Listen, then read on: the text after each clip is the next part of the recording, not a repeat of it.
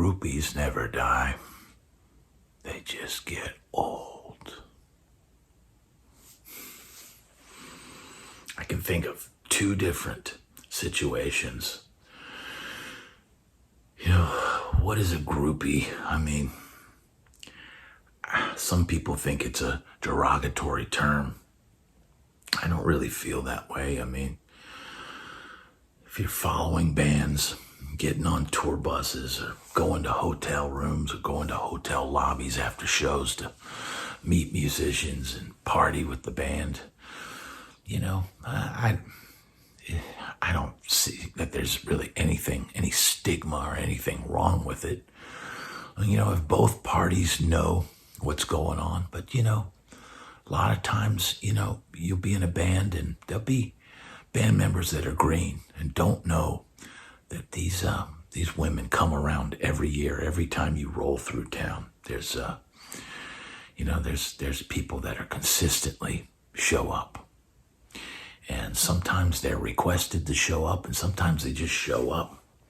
If you're a new band and you're not, you're new on the scene, there could be girls showing up, and you have no idea that they do this every week.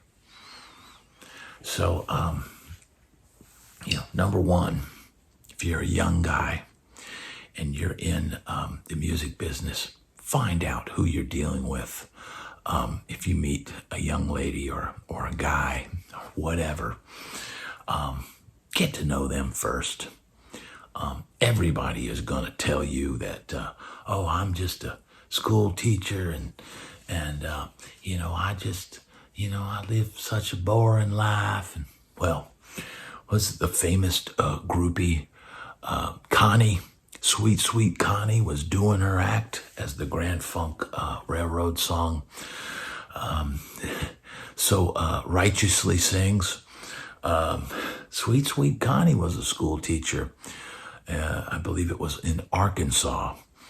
And, she had decades going backstage and meeting bands and hanging out with band members. And, she'd had notches on her belt from Van Halen and Grand Funk and Huey Lewis and David Lee Roth and Alex Van Halen and Eddie Van Halen and all she claimed to bed a lot of them. And, she didn't, blink an eye at servicing the crew either, She did whatever she felt like doing. To her it was fun. To her it was notches on her belt and saying, hey, I slept with this person, I slept with that person. And if you're a young guy getting into this business, be aware.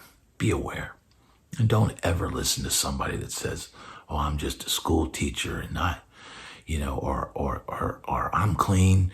You don't have to use protection. Don't listen to any of that nonsense, And that's the same with, just your average bar girl, always use protection. That's just the wise thing to do.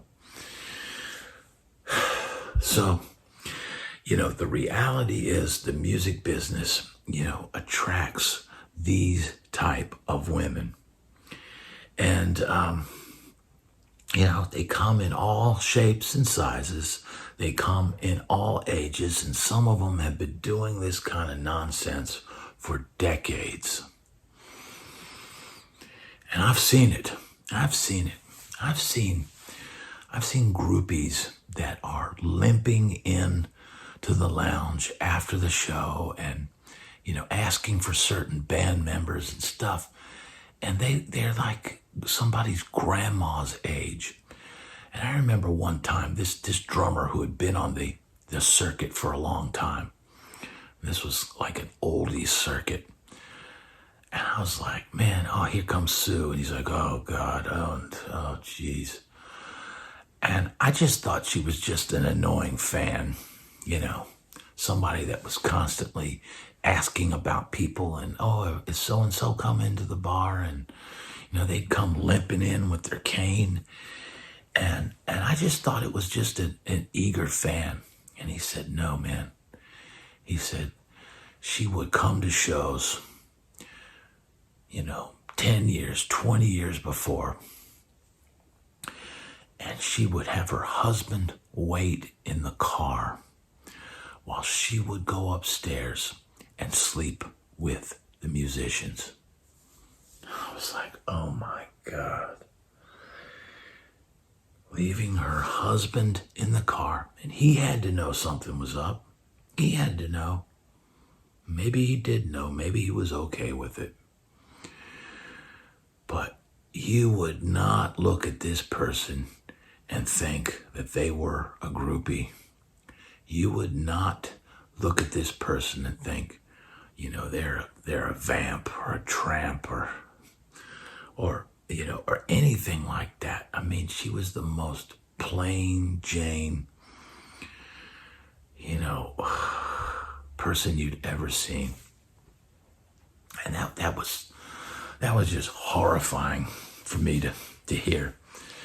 And I know, different circuits, there's different scenes, there's different groupies for country music and rock music and, the different genres, that hang out on those scenes. But I've seen women, old enough to be grandmas that were, had been around for decades. And you roll through town and they're still showing up and they're still hanging out, on the bus and just waiting for you to have, a few too many drinks where you go, okay, let's have a go. That's what they're waiting. They're waiting around and they're sitting there. Oh, you were so good tonight. Oh, you were so amazing on stage. You're so talented. I mean, they're just feeding your ego. Now, I knew I am not attracted to women that get around and, this kind of behavior. It's the last thing that interests me. I'll sit there and listen to their story. I'll sit in there and watch their game. And I know the game they're playing. It's the same game, a man does it at 1 a.m. in the bar trying to convince some girl to go home with them. And they'll say anything. They'll say anything to get that notch on their belt. And these women will do the same thing. I was creeped out by this person just rubbing my shoulder and, oh, you're so amazing. And hey, man, I know how to give somebody the slip. I know how to, oh, thank you so much. Oh, thank you. And immediately, dude, she's, bad, dude, it's bad. Go to your buddies, go over and talk to the sound guy or talk to whatever, or get off the bus and see if there's any normal people to talk to. You pray. If you're up on that stage, you're attracting attention. We've often, back in the Sunset Strip days, it was just jokingly said, and there were a lot of female promoters, booking people. And, they, in the Sunset Strip scene, the female booking people and the booking companies and stuff like that would handle the bands, they were usually, middle-aged women. We were all, young men or, older boys that were in these bands, and they would come around and they'd want to hug you and flirt with you and we would play the game back. We'd flirt back with them, and I'm sure some of the guys probably went there. I'm sure they probably did. It's just like, maybe old men, that, get in some kind of business where there's young women around all the time. And, oh, give me a hug, Susie. And oh, you're looking so good today. And, oh, you smell good. And, and so, yeah, we would play it up sometimes and give them a long, lingering hug and oh, tell them how, oh, you smell so good. Oh, whatever. But, man, you don't want to end up someone's notch on their belt. It's risky.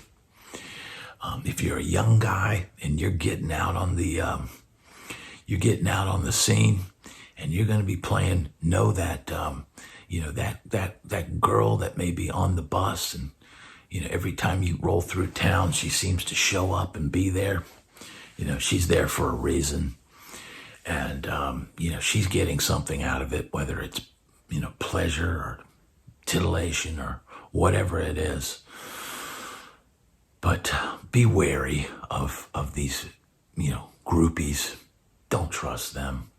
Don't tell them your inner secrets. Don't whisper sweet nothings.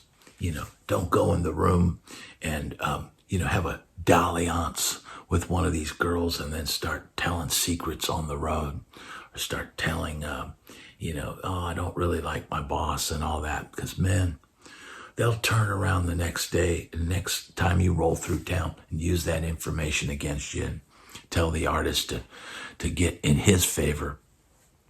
And, it'll get you fired, bro.